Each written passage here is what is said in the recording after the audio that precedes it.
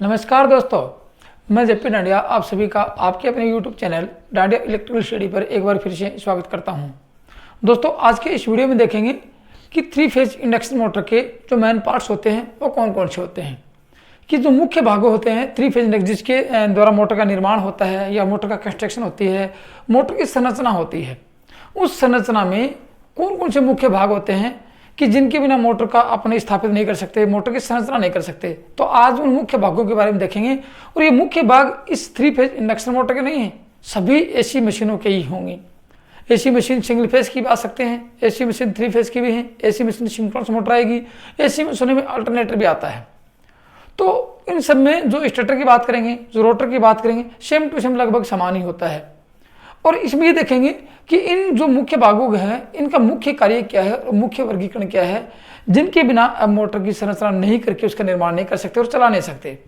इसलिए आज देखेंगे कि या तो मोटर की संरचना देखेंगे, कंस्ट्रक्शन ऑफ मोटर, या फिर 3 फेज इंडक्शन मोटर के मुख्य भाग कौन कौन से होते हैं।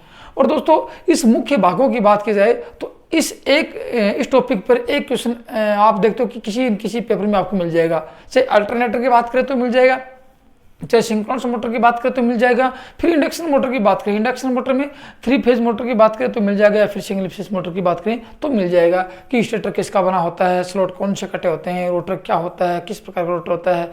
फिर ऊपर से एक बात और आती है कि इन इंडक्शन मोटर को गिलहरी पिंजरा प्रेरण मोटर क्यों कहते हैं। आज उसके बारे में भी जानेंगे कि इन मोटरों का नाम गिलहरी पिंजरा प्रेरण मोटर क्यों है, और रोटर कितने प्रकार के होते हैं, उन प्रकारों के नाम देखेंगे, ताकि आप लोगों के मन में इस गिलहरी पिंजरा प्रेरण मोटर के प्रति या फिर 3 फेज इंडक्शन मोटर के प्रति, उनके भागों के प्रति कोई विचार नहीं हो। और आप देखोगे तो आपको 1-2 क्वेश्चन अवश्य मिल जाएगा। तो आज क्या देखेंगे, और आप लोग देख रहे हो कि जब तक इस वीडियो को पूरा नहीं देखोगे तो आपके मन में बहुत कन्फ्यूज, आपके जो डाउट है वो रह ही जाएंगे, आप लोगों के डाउट कि सर इसमें ये क्या होगा। फिर आप कमेंट्स करके पूछोगे सर ये बताया नहीं। इसलिए वीडियो को लास्ट एंड तक जरूर देखना, ताकि आपके मन में जो क्वेश्चन है, आपके मन में डाउट है, आपके जो कॉन्सेप्ट है वो सब क्लियर हो जाएंगे। ऐसा कुछ नहीं बचेगा कि आप दोबारा ये पूछो कि सर इसके बारे में आपने बताया नहीं। मैं सब कुछ एक 0 लेवल से पॉइंट टू पॉइंट पढ़ाऊंगा आप लोगों को। तो अब देखेंगे कि 3 फेज इंडक्शन मोटर के parts, main parts of 3 phase induction motor, main parts of 3 phase induction motor, ये देखेंगे। या फिर ये कह सकते हैं कि इंडक्शन मोटर की संरचना के अध्ययन करेंगे कि संरचना कैसे होती है उसकी, उस संरचना के बारे में देखेंगे। और इस प्रकार देखेंगे कि आपके जो परीक्षा में क्वेश्चन भी आए हैं या फिर आने की संभावना रहती है, या फिर आपके मन में जो डाउट है वो सब दूर हो जाएंगे, 0 लेवल से देखेंगे। तो ये देखने की बात है कि स्ट्रक्चर, आप चाहे तो इसके कंस्ट्रक्शन देख लो या फिर इसके इंडक्शन मोटर के मुख्य भाग देख लो, एक ही बात हो दोनों की। तो सबसे पहले मुख्य भागों में देखेंगे स्टेटर की बात करेंगे। क्या देखेंगे, स्टेटर, जिसको बोलते हैं हिंदी में स्थिरिक बोलते हैं। क्या बोलेंगे, स्थिरिक। अब वैसे तो आप लोगों को मैंने इसकी मोटी मोटी बातें पहले 2 वीडियो में बता दिया कि स्थिरिक क्या होता है, स्टेटर क्या होता है, क्या काम आता है, किस प्रकार इसका प्रयोग करते हैं, मैंने बता दिया है। लेकिन आज उसके बारे में और देखेंगे, संपूर्ण जानकारी देखेंगे। सबसे पहली बात आती है, आप लोगों ने इंडक्शन मोटर या 3 फेज एसी मशीन को खोल के देखा, आप लोगों ने गौर से देखना होता क्या है। एसी मशीन को खोल के देखा, सबसे पहले देखोगे आपको बाहर की बॉडी दिखाई देगी, योक दिखाई देगा आप लोगों को, जो कास्ट आयरन का बना होता है। उसका काम क्या है ये भी बताऊंगा। वैसे तो डीसी जनरेटर के अध्ययन में मैंने आपको योग का काम बताया था कि इसका काम क्या, तो आज भी बताऊंगा, उसको ऐसी कोई बात नहीं है, ठीक है। तो अब सबसे पहले स्टेटर क्या होता है, आपने मशीन को खोला, मशीन को खोलने के बाद आप देखोगे कि गोल आकार का भाग होता है, और वो होता क्या, जिसके ऊपर वाइंडिंग होती है तार से, उसके अंदर मतलब खांचे कटे होते हैं, खांचों में तार होते हैं, वाइंडिंग लिपटी होती है। उसका मतलब वो क्या है, वो आपका स्टेटर होता है।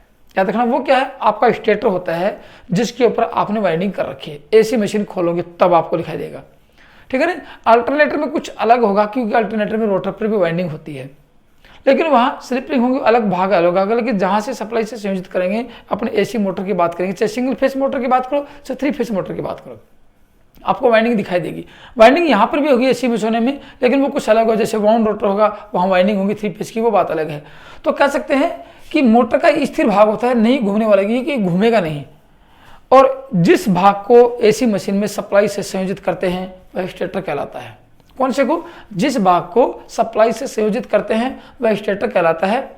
दूसरी बात आती है कि इस स्टेटर पर ही 3 फेज सिंगल फेज की वाइंडिंग स्थापित की जाती है, ठीक है। अब बात आती है कि इसका संरचना कैसे, निर्माण कैसे करते हैं। तो सबसे पहली बात आपको बताता हूं कि इसका निर्माण, जो स्ट्रक्चर की बात करते हैं, ये सिलिकॉन स्टील है। मैं आपको बताता हूं, ये काफी बार पढ़ चुके हो और आपके सामने हर बार यही क्वेश्चन आता है। स्ट्रक्चर किसका होता है? सिलिकॉन स्टील की लेमिनेटेड कोर से बना होता है, लेमिनेटेड पत्तियों से बना होता है। किसका? लेमिनेटेड पत्तियों से, लेमिनेटेड पत्तियों से, गोल पत्तियों से बना होता है। गोल होती है, वैसे आपको दिखाऊंगा गोल कैसे होती है। गोल पत्तियों से बना होता है। जैसे आपको एक पत्ती की बात तो हम आपको, जैसे ये हो गया, ये आपको एक पत्ती खोल के दिखाऊं, जैसे गोल आकार की ये पत्ती है, मैं आपको बताता हूँ। जैसे ये ले ली गोल आकार की। अब यहां से देखो इतनी चौड़ी होगी पत्ती है, ये यहां से इस प्रकार होती है, ये अंदर से एक हो गई है। अब माना कि गोल डिस्क की तरह इसमें खांचे कटे होते हैं अंदर की परिधि पर। स्टेटर में कहाँ खांचे होंगे? अंदर की परिधि पर ऐसे खांचे कटे होंगे। याद रखना बात, अंदर की परिधि पर ऐसे खांचे कटे होंगे।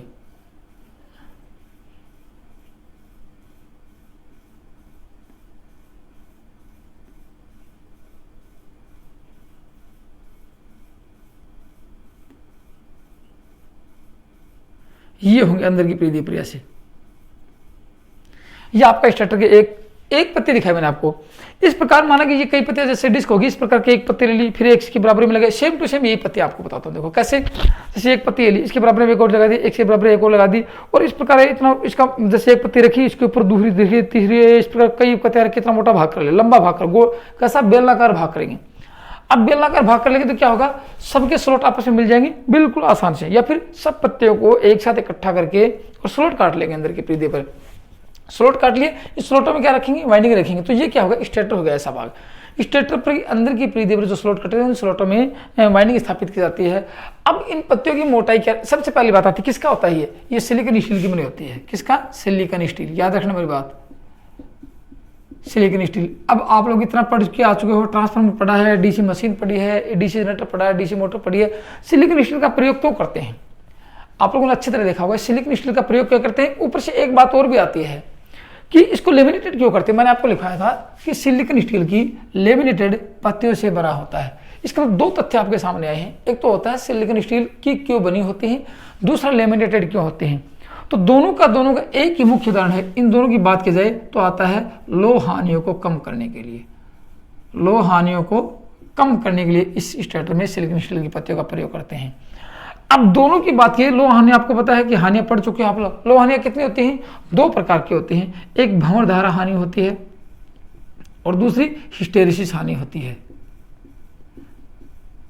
दो हानियां होती हैं। अब दोनों हानि की बात करें तो भंवर धारा हानि और हिस्टेरिसिस हानि, इसको WI से दर्शाते हैं और इसको WH से दर्शाते हैं। आप लोग देख चुके हो। और दोनों मिला के क्या बन गई? ये WE है और ये WH है और ये WI हो गया। इसका मतलब आयरन लॉस, लौह हानि दो प्रकार की होगी। यहाँ दोनों तथ्य देखे जाएं, किसमें? स्टेटर की बात कर रहे हैं। स्टेटर में दोनों तथ्य देखे जाएं तो सिलिकॉन स्टील मिलाने का मुख्य, सिलिकॉन स्टील की प्रयोग करने का मुख्य उद्देश्य आप लोग किसको कम कर रहे हो? हिस्टेरिसिस हानि को। याद रखना, सिलिकॉन मिलाने का मुख्य उद्देश्य क्या है? हिस्टेरिसिस हानि के मान को कम करना। और लेमिनेटेड करने का मुख्य उद्देश्य क्या है? भंवर धारा हानि के मान को कम करना। दोनों तथ्य आपके सामने आएंगे। मशीन की हानियां पढ़ेंगे तो आपको समझाऊंगा। और वैसे आप हानि दो बार पढ़ चुके हो, एक तो डीसी जनरेटर में पढ़ा और एक ट्रांसफार्मर में पढ़ चुके हो। दोनों तथ्य ये होते हैं। इसका मतलब ये है कि स्टेटर कोर, स्टेटर जो बना होता है किसका होता है? सिलिकॉन स्टील की लेमिनेटेड पत्तियों से, पतले पतले पत्तियों से बना होता है। सिलिकॉन मिलाने का मुख्य उद्देश्य हिस्टेरिसिस हानि के मान को कम करना और लेमिनेटेड करने का मुख्य उद्देश्य भंवर धारा हानि के मान को कम करना। ये दोनों तथ्य आपके सामने आएंगे। इसका मतलब कह सकते हैं कि इस पूरी लाइन का अर्थ क्या है? सिलिकॉन स्टील की पूरी लाइन का अर्थ क्या है? लौह हानि के मान को कम करना। लौह हानि के मान को कम करने के लिए सिलिकॉन स्टील का बनाते हैं। एक तो बात ये होगी। दूसरी बात और आती है कि इस पत्ती की मोटाई क्या होती है। जो एक आपने कोर बनाई है, इसकी मोटाई क्या रहेगी? 0.35 mm से 0.5 mm तक होती है नॉर्मल फ्रीक्वेंसी के लिए। ठीक है ना। अब आपसे पूछा जाए मोटाई कम की आप लोगों ने, तो थिकनेस पे कौन डिपेंड करता है? थिकनेस पे कौन डिपेंड करता है? याद रखना बात, थिकनेस पे भंवर धारा हानि मान डिपेंड करती है। इसका मतलब मोटाई पे। ठीक है। इसका मतलब इससे ज्यादा मोटी कर देंगे, 3.5 mm से 0.5 mm से मोटी कर देंगे तो किस हानि का मान इंप्रूव होगा, किस हानि का मान बढ़ेगा? लौह हानि का मान बढ़ेगा। क्योंकि सिलिकॉन स्टील का यह है लेमिनेटेड, पतली पतली लेमिनेटेड पत्तियां, किसका? लौह हानि के मान में। लौह हानि के मान में भंवर धारा हानि का मान बढ़ेगा जब इससे ज्यादा मोटी कर देंगे तो। इसका मतलब ये लिमिट है यहाँ पे। आगे समझ में। ये तो थी दो बातें इसकी। अब धीरे धीरे बताऊंगा कि अब स्टेटर में ये क्या होंगी, काफ़ी पत्तियाँ होंगी, इस प्रकार की काफ़ी होंगी। मैं आपको 1 2 3 4 ये जो लगा रखेंगे काफ़ी होंगी, और ये हो गया आपका स्लॉट। अब बात आती है स्लॉट किस प्रकार के काटे होते हैं। आपने डीसी जनरेटर देखा, मैं एक पूरे स्टेटर की बात कर रहा हूँ, एक की नहीं, यहाँ बहुत काफ़ी पीछे पत्तियाँ होंगी आप लोगों को। मैं दिखा देता हूँ कैसे, देखो चित्र के अनुसार एक नहीं काफ़ी पत्तियाँ होंगी। मैंने आपको स्वरूप दिखाया है, इस प्रकार का स्वरूप आपको दिखाऊँ मैं कि किस प्रकार ये होती हैं। जैसे ये ले लिया आप लोगों ने गोलाई में,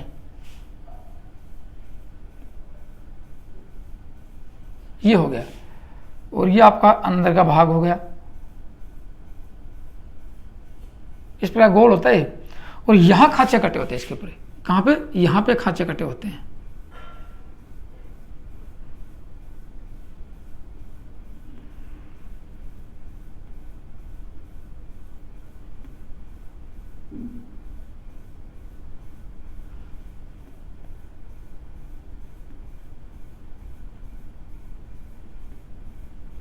इस प्रकार खांचे कटे होते हैं इसके ऊपर।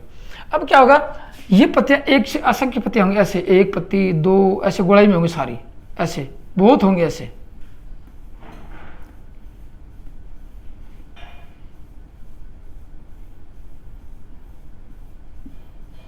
ये होंगे। अब यहाँ इसके अंदर क्या होगा, इसके और इसके बाहर होगी आपकी बॉडी, बॉडी में फिट होगा। यहाँ वाइंडिंग स्थापित की जाती है, किसमें, इन स्लॉटों में वाइंडिंग स्थापित की जाती है। यहाँ पे ये स्लॉट होंगे, यहाँ पे वाइंडिंग स्थापित कर देगा ऐसे स्लॉटों में। ये होगी आपकी वाइंडिंग स्लॉटों की चारों ओर, और ये आपके स्लॉट है, समझ गए आप। तो ये क्या था, आपका स्टेटर है। इसका मतलब क्या होगा, स्टेटर एक स्थिर भाग है जिसके ऊपर वाइंडिंग स्थापित की जाती है। अब इसके अंदर एक खोखला बेलनाकार भाग है, बेलनाकार खोखला ना, तो क्या होगा, इसके अंदर रोटर लगाएंगे, रोटर फंसाएगा इसके अंदर। तो ये किसका आता है, लो हानि को कम करने के लिए इन पत्तियों को सिलिकॉन स्टील की लेमिनेटेड पत्तियां यूज की जाती हैं। मोटर का स्थिर भाग होता है। मोटर के अंदर की परिधि पर स्लॉट कटे होते हैं, मोटर के अंदर की परिधि पर स्लॉट कटे होते हैं। स्लॉट कैसे, अर्ध खुले और आधे बंद प्रकार के स्लॉट होते हैं, याद रखना। पूर्णतः खुले प्रकार के इसमें पूर्ण, हाँ यदि बड़े मशीनों की बात की जाएगी, आप लोग देखोगे बड़ी बड़ी मशीन जैसे अल्टरनेटर आ गया, जैसे पावर हाइड्रो अल्टरनेटर आ गया, वहाँ पूर्णतः खुले प्रकार के स्लॉट होते हैं। लेकिन एसी इस मोटर की बात की जाए तो इसके अंदर क्या होंगे, आधे खुले आधे बंद प्रकार के स्लॉट होंगे। वैसे आपको पता है कि स्लॉट 3 प्रकार के होते हैं। एक पूर्णतः खुले प्रकार का स्लॉट होता है, एक पूर्णतः बंद प्रकार का होता है, और तीसरी बात करते हैं आधा खुला हुआ आधा बंद प्रकार का होता है। तो यहाँ सेमी इंक्लोज या आधा खुला आधा बंद प्रकार का स्लॉट प्रयोग किए जाते हैं, एक आता है। उसके बाद पूछा जाए कि इसके ऊपर वाइंडिंग किस प्रकार की, 3 फेज की मोटर होगी तो 3 फेज की वाइंडिंग करेंगे। इसके ऊपर खांचों में क्या करेंगे, इन खांचों में वाइंडिंग स्थापित की जाती है। अपन बात किसकी कर रहे हैं, 3 फेज मोटर की बात कर रहे हैं, तो 3 फेज की वाइंडिंग स्थापित की जाएगी इसके ऊपर। अब 3 फेज की वाइंडिंग स्थापित करेंगे तो 3 फेज की, जैसे 3 फेज की वाइंडिंग ले ली तो 3 फेज हो गए तो 3 वाइंडिंग होंगी। 3 फेज की वाइंडिंग को 3 के गुणक में लेंगे, 1 फेज की वाइंडिंग को 3 के गुणक में, 1 फेज की 3 वाइंडिंग लेंगे, फिर दूसरे फेज की 3 लेंगे, उनकी प्रत्येक फेज की 3 के गुणक में वाइंडिंग स्थापित करेंगे। अब बात आती है कि इसमें वाइंडिंग स्थापित की 3 फेज की वाइंडिंग किसमें लगाएंगे, इसमें 3 फेज की वाइंडिंग स्थापित करेंगे। किन के गुणक में, 3 के गुणक में करेंगे। होगी बात, 3 के गुणक में वाइंडिंग स्थापित करेंगे। और प्रत्येक 3 वाइंडिंग होगी ना, 3 वाइंडिंग, प्रत्येक वाइंडिंग के बीच में कितने डिग्री का कोण रखेंगे, 120 डिग्री का कोण रखेंगे। एक वाइंडिंग से दूसरी वाइंडिंग के बीच में, एक कॉइल से दूसरी कॉइल के बीच में क्या रखेंगे, 120 डिग्री का अंतर रखेंगे। ठीक है, एक ये तो बात थी। अब उसके बाद रखा जाता है कि 3 फेज वाइंडिंग के सिरे जो बाहर निकलेंगे, आप समझो यहाँ से सिरे जो बाहर निकलेंगे बॉडी पे, यहाँ जैसे लगा दिए, यहाँ बाहर निकलेंगे सिरे। कितने सिरे निकलेंगे, 3 फेज की वाइंडिंग है तो 6 सिरे बाहर निकलेंगे। तो यहाँ 6 सिरों को क्या करेंगे, स्टार व डेल्टा में संयोजित कर लेंगे। तो तीनों फेज के 6 सिरे बाहर निकलेंगे, अपनी आवश्यकता अनुसार स्टार व डेल्टा में संयोजित किया जा सकता है। उससे बड़ी बात देखो, यहाँ से जो स्टेटर की बात करें, स्टेटर में जो 3 फेज की वाइंडिंग सिरे निकले, तीनों फेज की वाइंडिंग को किससे दर्शाएंगे, एक फेज की वाइंडिंग को U1 U2 से, दूसरी को V1 V2 से, और तीसरी को W1 W2 से। मतलब कि वाइंडिंग को U V W से दर्शाया जाएगा, और 2 सिरे होंगे तो U1 U2 V1 V2 और ये W1 W2। काफ़ी बार पूछा जाएगा 3 फेज की स्ट्रक्चर में जो वाइंडिंग की जाती है उनके सिरे को किस प्रकार से अंकन किया जाता है। ठीक है, ये तो थी बात। अब सबसे बड़ी बात आती है कि सभी ऐसी मशीनों में, ये नहीं मैंने 3 फेज इंडक्शन मोटर के बारे में बताया, सभी ऐसी मशीन, सिंक्रोनस मोटर भी आएगी, सिंगल फेज एसी मोटर आएगी, अल्टरनेटर है, 3 फेज आपकी ये इंडक्शन मोटर है, सभी प्रकार की एसी मशीनों का स्ट्रक्चर एक समान ही होता है। ठीक है ना। सभी प्रकार की एसी मशीनों का स्टेटर समान होता है, कोई भी अंतर नहीं होता है। अंतर किसका होता है? ओनली सिर्फ वाइंडिंग स्थापित करने का होता है। सिंगल फेज की मोटर है तो एक वाइंडिंग स्थापित करेंगे, 2 फेज की मोटर है 2 वाइंडिंग स्थापित करेंगे, 3 फेज की मोटर है तो 3 वाइंडिंग स्थापित करेंगे। बस वाइंडिंग स्थापित करने का अंतर है, बाकी कोई अंतर नहीं है। तो ये तो था आपका स्टेटर, आपको डायग्राम दिखाया, फिर भी आपको मैंने अच्छी तरह समझाया। यदि आपको फिर भी कोई कंफ्यूज हो तो बता देना।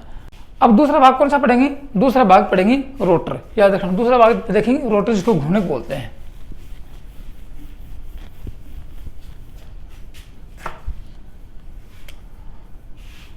रोटर, रोटर के क्या बोलेंगे? घूर्णक बोलेंगे।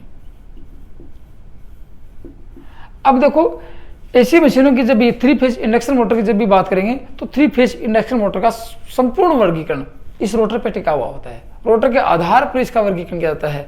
टाइप्स ऑफ मोटर, मोटर की प्रकारों की बात की जाएगी तो किसके आधार पर होगा? रोटर के आधार पर होगा। मोटर कितना लोड सहन करेगी? रोटर के आधार पर होगा। या फिर मोटर का प्रारंभिक जो टार्क होता है कितना होगा? प्रारंभिक धारा कितनी होगी? कौन सा वो किसके ऊपर डिपेंड करता है? रोटर पे डिपेंड होता है। और वैसे आप लोग रोटर के बारे में पढ़ के आ चुके हो। रोटर आवृत्ति क्या होती है, रोटर ईएमएफ क्या होता है, रोटर किसका बना होता है, क्यों बना होता है। आज फिर इसके बारे में बताऊंगा कि रोटर के ऊपर ही क्यों टिका होता है, बाकी और क्या नहीं होता है। तो ये देखेंगे कि रोटर किसका बना होता है। रोटर की मुख्य बात है, जैसे इसमें जो स्लॉट छड़ लगेंगे उनकी उस जो वाइंडिंग स्थापित करेंगे उस वाइंडिंग को क्या कहेंगे? तो कह सकते हैं ये मोटर का क्या है? ये घूमने वाला भाग होता है। याद रखना बात। फिर आज आपको ये बताऊंगा कि इस 3 फेज इंडक्शन मोटर को गिलहरी पिंजरा प्रेरण मोटर के नाम से क्यों जाना जाता है। ये भी एक सबसे बड़ी बात आती है। तो उस कंफ्यूज का भी दूर करेंगे कि इसको गिलहरी पिंजरा प्रेरण मोटर क्यों कहते हैं, स्क्वायरल केज इंडक्शन मोटर क्यों कहते हैं, उसकी बात करेंगे। तो सबसे पहले देखेंगे कि ये मोटर का क्या होता है? घूमने वाला भाग होता है। ये घूमने वाला भाग होता है, ये घूमेगा। वो क्या था? ये स्थिर भाग था, ये घूमने वाला भाग होता है। एक तो बात ये आती है। अब घूमेगा तो फ्री होगा। ये कहाँ पे टिका होता है? देखो ये पूछा जाए कि रोटर कहाँ पे स्थापित होता है। देखो स्टेटर तो होता है बॉडी में, याद रखना। स्टेटर क्या होता है? स्टेटर होता है बॉडी में, बॉडी या योक में होता है। ये कहाँ पे होता है? ये शाफ्ट पे होता है।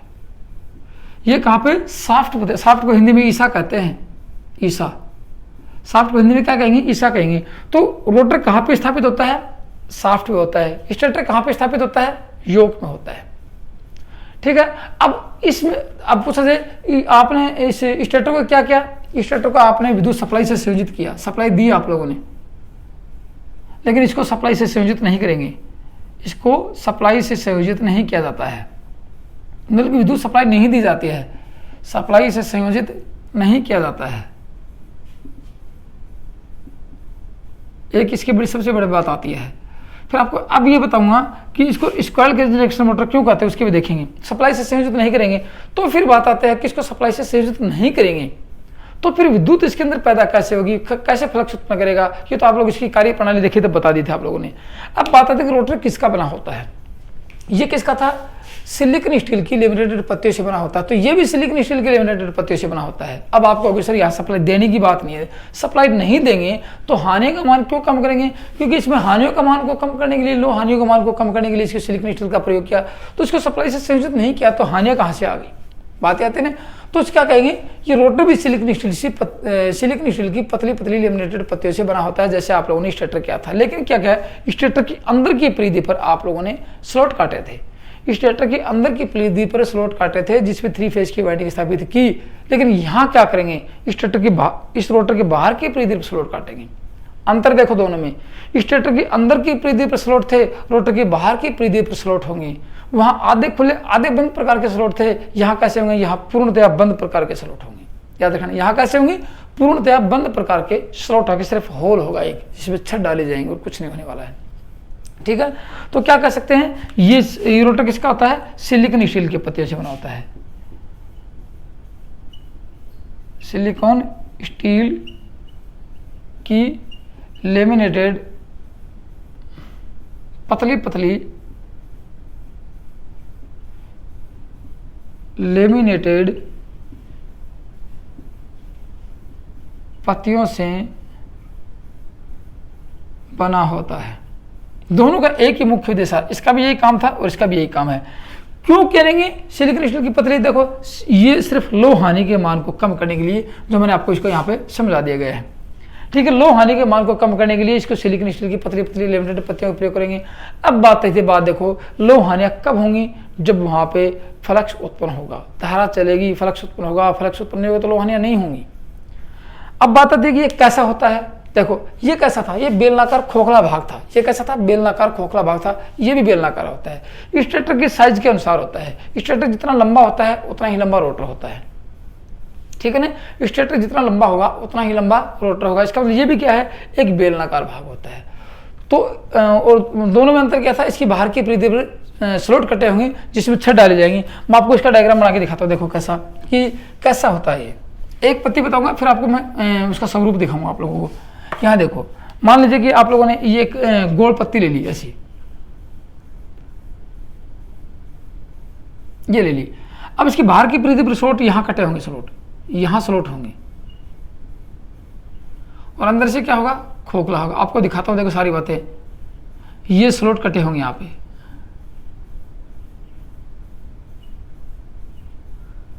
अब ये कितने स्लॉट होंगे और इनकी संख्या कितनी होंगी, ये आगे चल के आपको दिखाऊंगा कि इंटरलॉकिंग कैसे होती है। इंटरलॉकिंग होता है तो स्लॉटों की संख्या गिनी जाएगी। इंटरलॉकिंग होंगे, स्लॉट कैसे होंगे, ये वैसे देखा जाए तो सब ये शाफ्ट के सीधे समानांतर होते हैं। शाफ्ट के सीधे समानांतर, लेकिन कुछ तिरछे अवस्था में होते हैं। वैसे रहेंगे शाफ्ट के समानांतर, लेकिन कुछ टेढ़ी अवस्था में होंगी। वो क्यों? इंटरलॉकिंग से बचने के लिए, पूरा टार्क लेने के लिए, और मशीन को इंटरलॉकिंग से, मैग्नेटिक लॉकिंग से बचाने के लिए। क्या कहें? मैग्नेटिक लॉकिंग से बचाने के लिए। आपको मैग्नेटिक लॉकिंग का चैप्टर आएगा आगे, उसका टॉपिक आएगा आगे, तब बताएंगे। लेकिन यहाँ बता सकता हूँ कि जो शाफ्ट होते हैं, देखो ये बीच में क्या है? ये आपका रोटर बता दिया कि बाहर की परिधि पर इसके स्लॉट कटे होते हैं। ये बाहर की परिधि है और ये स्लॉट कटे होते हैं। ये अंदर क्या रहेगी? ये आपकी शाफ्ट रहेगी। ये क्या है? ये शाफ्ट आपकी। ये कैसा होगा? एक पत्ती ली है मैंने आपको, सिर्फ एक पत्ती बता रहा हूँ। ये क्या है? ये आपकी शाफ्ट है। ये क्या है? रोटर पत्ती है। रोटर एक और है। ये क्या है? ये स्लॉट है। कैसे हैं? पूर्णतया बंद प्रकार के स्लॉट होंगे। रोटर पर क्या होंगे? पूर्णतया बंद प्रकार के स्लॉट होंगे। और ये आपका हो गया रोटर, ठीक है ना। इस प्रकार की कई पत्तियां लेंगे। जैसे ये एक पत्ती ले, जैसे आपको बताते हैं एक डिस्क आती है, अपनी सीढ़ी आती है, डिस्क आती है ना, उस प्रकार की पत्तियां होती हैं। उनकी बाहर की परिधि पर होल निकाले और इस प्रकार के कई स्लॉट एक साथ इकट्ठे कर देंगे। जैसे ये एक सीढ़ी यहाँ पे ले ली, इसके ऊपर यहाँ लगा दी तो लंबा हो जाएगा। फिर यहाँ से बाहर की परिधि स्लॉट काट लेंगे। स्लॉटों में क्या रखेंगे? इन स्लॉटों में छड़ डाली जाती है। जितनी मोटी स्लॉट होती है उतनी छड़ इसके अंदर ठोकती जाती है, ठीक है ना। अब सारे में स्लॉट में आप लोगों ने क्या ठोक दिया? आप लोगों ने ठोक दिया, ये सब में छड़ ठोक दिया। आप लोग जितने स्लॉट थे सब में छड़ ठोक दी। अब बात आती है कि छड़ किसकी होंगी, ठीक है ना। छड़ किसकी होंगी? तो सुन लो कि बड़ी मशीन जहां होंगी, अधिक क्षमता की मशीनें होंगी, बड़ी मशीनें जहां होंगी, वहां छड़ तांबे की होती हैं, और छोटी मशीनों में छड़ एल्यूमिनियम की होती हैं। अब कहीं कहीं तो ये जो आपने स्लॉट काटे हैं ना, ये मोटर के रोटर की संरचना होगी। यहाँ पे ये स्लॉट कैसे होंगे? या तो कुछ गहराई से होंगे या डबल स्लॉट हो जाएंगे। यहाँ देखो ये स्लॉट है ना, कुछ स्लॉट यहाँ लगा देंगे। वो एक रोटर की संरचना होती है। जैसे एक स्लॉट के एक परत यहाँ लगा दी, ये भी स्लॉट के काट दिए अंदर से, कुछ स्लॉट अंदर काट दिए, कुछ बाहर काट दिए, या फिर कुछ ऐसे भी हो सकता है कि ये स्लॉट ऐसे कुछ गहराई में बना देंगे, बाहर से ऐसे बाहर से ये गहराई में बना देंगे, ये भी स्लॉट कट गया। तो ये रोटर की संरचना के आधार पर होता है कि रोटर की संरचना कैसी है। वो रोटर के प्रकार पढ़ाऊंगा या मोटर के प्रकार पढ़ेंगे तब आपको समझ में आएंगे कि रोटर की संरचना कैसी थी। ये तो था इसका। अब देखो ये कहते हैं कि इस जो रोटर स्लॉट होते हैं, इनमें छड़ कैसे डालेंगे? तो बड़ी मशीन जो होंगी वहाँ पे ये छड़ तांबे की होंगी, और छोटी मशीनों में ये छड़ एल्यूमिनियम की होंगी। बाकी मशीन की कंडीशन के अनुसार कॉपर, ये अपने ब्रास की भी हो सकते हैं, तांबे के हो सकते हैं। एक नॉर्मल रूप से देखा जाए तो ऐसे होते हैं। अब जहाँ ये स्लॉट मैंने एक परत स्लॉट की ये ली, एक ये ली, तो डबल केस हो जाएगा, डबल स्लॉट हो गए। इसका मतलब कह सकते हैं कि यहाँ पे जो स्लॉट होंगे, जैसे छड़ डाल दी, जैसे पूरी एक छड़ डाल दी, जैसे ये लिया, यहाँ स्लॉट थी, इसमें पूरी छड़ ऐसे डाल दी, एक छड़ ऐसे डाल दी, और इस प्रकार पूरी छड़ डाल देंगे तो रोटर लंबा हो गया ऐसे बेलनाकार। तो यहाँ से छड़ आएंगे, उनको सबको शॉर्ट कर देंगे आपस में, और इधर पीछे आएंगे ये हिस्सा, यहाँ पूरी की पूरी जैसे गोलाई में छड़ाएंगे नहीं, ऐसे ये छड़ एक निकाली आप लोगों ने ठोकी है। दोनों साइड से, रोटर के दोनों साइड से जो छड़ निकलेंगी, जैसे मानेंगे यहाँ 20 छड़ लगा दी, 20 की 20 छड़ इधर निकलेंगी और 20 छड़ पीछे निकलेंगी। दोनों साइड से रिंग से इसको शॉर्ट कर देंगे, ठीक है ना। कैसे करेंगे? इसको शॉर्ट कर देंगे। शॉर्ट करने से क्या होगा? इधर साइड से भी शॉर्ट हो जाएगी और पीछे की साइड, बैक से, दोनों रोटर के दोनों साइड से इन छड़ों को आपस में शॉर्ट कर देंगे। शॉर्ट करने के बाद क्या होगा? एक प्रकार की वाइंडिंग की भांति कार्य करने लग जाएगी। ये सारे के सभी जो छड़ लगाई, एल्यूमिनियम या कॉपर की लगाई, सब के सब क्या करेंगे, एक प्रकार की ये वाइंडिंग की भांति कार्य करने लग जाएंगे। अब क्या होगा, देखो इसको उठाया, इस लंबे को, और कहाँ रखेंगे, इस स्टेटर के अंदर रखेंगे, पूरे के पूरे अंदर रखेंगे। अब क्या होगा, देखो ये छड़ डाल रखी है, इसको शॉर्ट कर देता हूँ यहाँ पे मैं, क्या क्या इनको शॉर्ट कर दिया ऐसे, ये सबको शॉर्ट कर दिया ऐसे, दोनों दिशा में, दोनों साइड से शॉर्ट कर देंगे, ये दोनों साइड शॉर्ट कर दिया। डबल की होंगी तो डबल में भी शॉर्ट होंगी, ऐसे ये शॉर्ट कर दिया मैंने। अब देखो शॉर्ट कर दिया, इसका मतलब क्या होगा कि इसको जब आप उठा के किसी स्टेटर के अंदर रखोगे, और स्टेटर में क्या है, 3 फेज की वाइंडिंग है, चुंबकीय फ्लक्स घूम रहा है, इसको काटेगा, इन वाइंडिंग में ईएमएफ उत्पन्न होगा, ठीक है ना। इन वाइंडिंग में उत्पन्न होगा तो क्या होगा, ये दो आपको छड़ लगा रखी हैं और ये शॉर्ट है दोनों साइड से, ठीक है ना। इन वाइंडिंग को काटेगा तो कौन सी क्रिया लगेगी, ट्रांसफॉर्मेशन क्रिया के द्वारा। किस लिए कह सकते हैं, इस रोटर को विद्युत सप्लाई से संयोजित नहीं किया जाता है, लेकिन रोटर में स्टेटर की ओर से, कहां से, स्टेटर की ओर से, रोटर में स्टेटर की ओर से ट्रांसफॉर्मेशन क्रिया या इंडक्शन प्रभाव से ईएमएफ उत्पन्न हो जाता है और ये घूमना शुरू कर देता है, जिसकी कार्य प्रणाली आप पीछे पढ़ चुके हो 2 वीडियो में। अब देखो बातें आती है, आपसे पूछा जाए क्या रोटर स्लॉट जो आपने छड़ डाली थी इसके अंदर, प्रत्येक एक स्लॉट में छड़ डाली थी, तो क्या आप लोग ने रोटर से इंसुलेटेड किया था, नहीं किया था। तो ये छड़, जितने भी छड़ इस स्लॉट में डालेंगे, रोटर के बाहर की चारों तरफ परिधि पर जो छड़ स्लॉट कटे उनमें छड़ डालेंगे, माना कि कॉपर की डाली, तो क्या कॉपर की छड़ों को रोटर से इंसुलेटेड करेंगे, नहीं करेंगे। इन छड़ों को इस रोटर से इंसुलेटेड नहीं किया जाता है, तो क्या कहेंगे, रोटर छड़ों को रोटर से इंसुलेटेड नहीं किया जाता है। तो फिर आप कहोगे सर यहाँ इंडक्शन की क्रिया से इसमें धारा प्रवाहित हुई तो रोटर क्या करंट मारेगा, रोटर के क्या झटका लगेगा, क्या रोटर में धारा प्रवाहित होगी, नहीं, ऐसा नहीं है। क्यों, क्योंकि रोटर की जो छड़ डाली गई हैं उन छड़ों का वो छड़ें इस धातु से बनाए जाते हैं, इस प्रकार के धातु से बनाए जाते हैं कि उसका प्रतिरोध रोटर से कम हो, उसका प्रतिरोध रोटर से कम हो, कि उनका करंट अपनी वाइंडिंग में ही स्थापित रहे। इसलिए पूछा जाता है आपसे, रोटर छड़ों को रोटर से इंसुलेटेड किया जाता है, नहीं, तो नहीं किया जाता तो क्या उसमें धारा प्रवाहित होगी, इसलिए नहीं, क्योंकि इन छड़ों की जो धारा उन छड़ों में ही रह जाएगी। क्यों रह जाएगी, कि इन छड़ों को इस प्रकार के धातु से बनाया जाता है कि इनका प्रतिरोध, जो ये रोटर की स्ट्रिप है, यहाँ जो रोटर बनाया है, ये लेमिनेटेड पत्तियां हैं, लेमिनेटेड पत्तियां लिखी हैं, इनसे इनका आर, रोटर छड़, ये रोटर क्या होंगी, रोटर छड़ होंगी, इनका आर क्या होगा, इनका आर, ठीक है ना, रोटर से कम होगा, रोटर से कम होगा, प्रतिरोध रोटर से कम होगा, रोटर से कम, रोटर जो कोर है, रोटर कोर से कम होगा, रोटर कोर से इसका आर कम होगा, जिससे क्या होगा, इसमें जो प्रतिरोध होगा वो यहीं रह जाएगा और अपना चुंबकीय फ्लक्स स्थापित कर लेंगे, रोटर की कोर पर कोई प्रभाव पड़ने वाला नहीं है। ये पूछा जाएगा कि इसको गिलहरी पिंजरा प्रेरण मोटर क्यों कहते हैं। ये तो इसका फ्रंट व्यू था, मैं इसका यदि आपको साइड व्यू दिखाऊं थोड़ा सा, जैसे ये ले लिया आप लोगों ने, ये इस प्रकार से,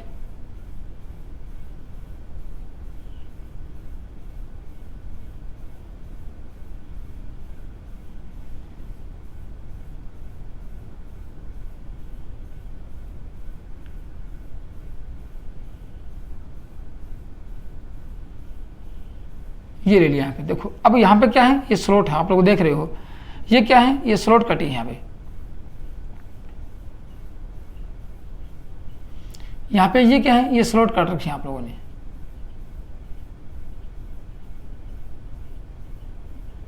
ठीक है। और ये स्लॉट क्या है, ये आपस में शॉर्ट हो रखी हैं, सभी स्लॉटें आपस में शॉर्ट हैं, यहाँ भी सभी स्लॉटें आपस में शॉर्ट रहेंगी, यही शॉर्ट। अब देखो ये जो छड़, ये इन स्लॉटों में क्या रहेंगी, छड़ डाले आप लोगों ने, तो छड़ कैसे होंगे, देखो ये छड़ ऐसे होंगी, ये छड़ इसके साथ रहेगी और ये छड़ इसके साथ रहेगी, ये छड़ इसके साथ रहेगी और ये छड़ इसके साथ रहेगी और ये छड़ इसके साथ रहेगी, ऐसे ऐसे छड़ डाल दी। और कुछ छड़ें ऐसे होंगी कि ये छड़ इसके साथ आएगी और ये छड़ इसके साथ आएगी, ये छड़ ये इसके साथ आएगी, ये इसके साथ आएगी और यहाँ पर भी ये ऐसे चले जाएंगे, ऐसे तिरछे तिरछे।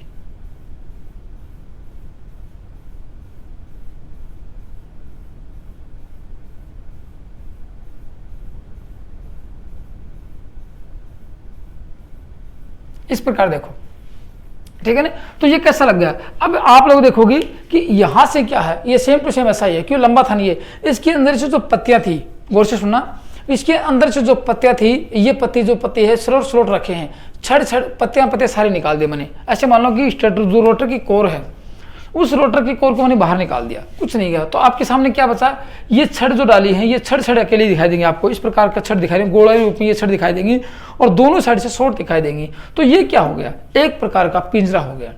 कैसा लगा, एक प्रकार का पिंजरा हो गया। पिंजरा कैसा, गिलहरी का पिंजरा के समान हो गया। ये कैसा लग गया, गिलहरी के पिंजरे के समान लग रहा है। आप इसको देखोगे, दृष्टि से गौर से देखोगे तो कैसा लग रहा है आपको, ये गिलहरी के पिंजरे के समान लग रहा है, पिंजरे के समान लग रहा है, लग रहा है ना। जब तक इसके अंदर ये पत्ते डाल रखे हैं आपको नहीं लगेगा, लेकिन पत्तियों को फेंक दो उखाड़ के, और ये आपके जो छड़ डाले हैं इसके अंदर, वो छड़ रखेंगे, दोनों साइड से छोटे वो रखेंगे, तो आपको क्या लगेगा, ये एक प्रकार के गिलहरी के पिंजरे के समान लग रही है। इसलिए कहते हैं रोटर के आधार पर, रोटर की संरचना के आधार पर मोटर गिलहरी पिंजरा प्रेरण मोटर कहलाती है। क्यों, क्योंकि रोटर में जो छड़ डाल रखी हैं, यदि उनका नमूना देखा जाए, उनका स्वरूप देखा जाए, पत्तियां निकाल के, इसमें जो पत्तियां, बीच में जो पत्तियां हैं वो निकाल के देखा जाए, तो अकेले जो छड़ दिखेंगे आपको, वो कैसे दिखेंगे, अकेले छड़ दिखेंगे गिलहरी के पिंजरे के समान। इसलिए इस मोटर का नाम, नीचे का 3 फेज इंडक्शन मोटर का नाम गिलहरी पिंजरा प्रेरण मोटर रखा गया है। ठीक है, गिलहरी पिंजरा किसके आधार पर रखा गया है, ओनली सिर्फ रोटर के आधार पर। क्या स्टेटर के आधार पर रखा, नहीं, स्टेटर तो सभी मशीनों में समान था, लेकिन रोटर के आधार पर इसका नाम गिलहरी पिंजरा प्रेरण मोटर रखा गया है। समझ गए आप लोग। तो ये तो था आपका क्वेश्चन कि गिलहरी पिंजरा प्रेरण मोटर क्यों कहते हैं, रोटर के आधार पर कहते हैं। और इसी रोटर में यदि पत्तियां डाल दी जाए और उसको आप कहाँ रखेंगे, स्टेटर पर रख दिया जाए, तो ये मोटर के भांति ये वाइंडिंग इसमें ट्रांसफॉर्मेशन की लगेगी और विद्युत धारा प्रवाहित होगी, फ्लक्स बनेगा और मोटर चल जाएगी। अब देखो बात आती है यहाँ जो इसमें ये अपने रोटर की छड़ों को शॉर्ट करते हैं, शॉर्ट करने कौन सी रिंग लेंगे, इसको कहते हैं एंड रिंग। क्या रखेंगे, एंड रिंग होती हैं। एंड रिंग का प्रयोग क्या करते हैं, रोटर की छड़ों को शॉर्ट करने के लिए एंड रिंग का प्रयोग करते हैं।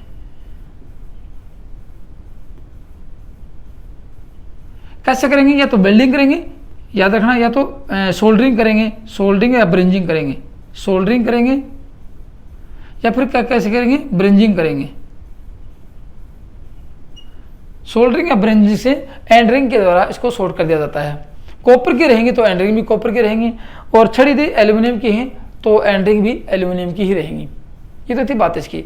अब देखो ये बात आती है कि यहाँ से इस जो रोटर का प्रयोग किया, रोटर की संरचना कैसी होती है। रोटर की संरचना मैंने आपको दिखाई, दो केस दिखा दिए, एक तो ये पिंजरा दिखाया अंदर का, एक बाहर का पिंजरा। डबल पिंजरा है तो दोहरा पिंजरा प्रेरण मोटर हो जाएगी, सिंगल है तो सिंगल हो जाएगी, डबल है तो डबल हो जाएगी। ठीक है ना, ये तो थी बात इसकी। अब इसमें रोटर के आधार पर इसका देखो, मैं आपको लिखा था ना कि ये कहाँ रखेंगे, ये सिर्फ स्टेटर के अंदर रखेंगे। तो कहने की बात आ गई, इस रोटर की संरचना कैसी होती है, रोटर के प्रकार की बात की जाए, रोटर के प्रकार की बात की जाए तो रोटर 4-5 प्रकार के होते हैं। वैसे 4 प्रकार के रोटर होते हैं। एक प्रश्न आपके सामने और आएगा, ये रोटर की जो छड़ डाली, दोनों साइड से शॉर्ट किया, तो इस वाइंडिंग को किस नाम से जानेंगे। ठीक है ना, इस वाइंडिंग को कौन सी को, ये वाइंडिंग एक प्रकार की वाइंडिंग होगी, इस वाइंडिंग को डैम्पर वाइंडिंग के नाम से जानते हैं। क्या लिखेंगे, डैम्पर वाइंडिंग। तो रोटर की छड़ डाल के इसको शॉर्ट किया तो ये एक वाइंडिंग का स्वरूप ले लिया इसने, तो ये वाइंडिंग कौन सी होगी, ये डैम्पर वाइंडिंग के नाम से जानेंगे। तो डैम्पर वाइंडिंग ऐसी होती है, ये जो वाइंडिंग की है ये डैम्पर वाइंडिंग होगी। तो आपसे पूछा जाएगा डैम्पर वाइंडिंग कहाँ करते हैं, रोटर के ऊपर की जाती है। डैम्पर वाइंडिंग कहाँ की जाती है, रोटर पे की जाती है। और स्टेटर पर 3 फेज की वाइंडिंग या सिंगल फेज की वाइंडिंग की जाती है। इसका काम, इंडक्शन मोटर की बात की जाए तो मोटर को घुमाने के लिए इसका प्रयोग करते हैं। यदि आप लोगों सिंक्रोनस मोटर की बात की जाए तो हैंटिंग दोष दूर करने के लिए इसका प्रयोग करते हैं। अल्टरनेटर की बात की जाए तो डैम्पर वाइंडिंग का प्रयोग हैंटिंग दोष दूर करते हैं। हैंटिंग दोष क्या होता है वो चैप्टर पढ़ाएंगे तब बताएंगे। तो यहाँ इस इंडक्शन मोटर में सिर्फ मोटर को चलाने के लिए इसका प्रयोग किया है। डैम्पर वाइंडिंग का प्रयोग यदि सिंक्रोनस मोटर की बात करेंगे तो हैंटिंग दोष दूर करेगा, अल्टरनेटर में भी हैंटिंग दोष दूर करेगा। तो ये तो बात इसकी। अब देखो इस रोटर के प्रकार की बात की जाए या फिर इंडक्शन मोटर की यदि उसके प्रकारों की बात की जाए तो इंडक्शन मोटर का प्रकार सिर्फ रोटर के आधार पर किया जाता है। इंडक्शन मोटर के प्रकारों की बात, इंडक्शन मोटर का अधिक ज़्यादा यदि अपना वर्गीकरण करते हैं तो इस रोटर के आधार पर करते हैं। तो रोटर जितने प्रकार के होंगे उतने ही प्रकार की मोटर होगी। रोटर यदि 4 प्रकार के हैं तो मोटर भी 4 प्रकार की रहेगी। तो ये रोटर के जो प्रकार आपको बताऊंगा कैसे। एक तो होता है सिंगल केज। कैसा होता है? सिंगल केज रोटर होता है। सिंगल केज कैसा? इसमें एक ही पिंजरा रहेगा, जो आप लोग देख रहे हो एक ही पिंजरा है। डबल केज की बात करेंगे तो डबल केज एक अंदर का पिंजरा और बना देंगे, अंदर स्लॉट काटेंगे, उसमें छत डाल देंगे। तो एक होती है सिंगल केज रोटर। कितने प्रकार के होंगे? एक तो होगा single cage rotor, single cage rotor, याद रखना बात। दूसरा कैसा होगा? Double cage, double cage rotor. तीसरा कैसा होगा? डीप बार केज, तीसरा होगा डीप बार केज रोटर। और एक होगा चौथा वाउंड रोटर।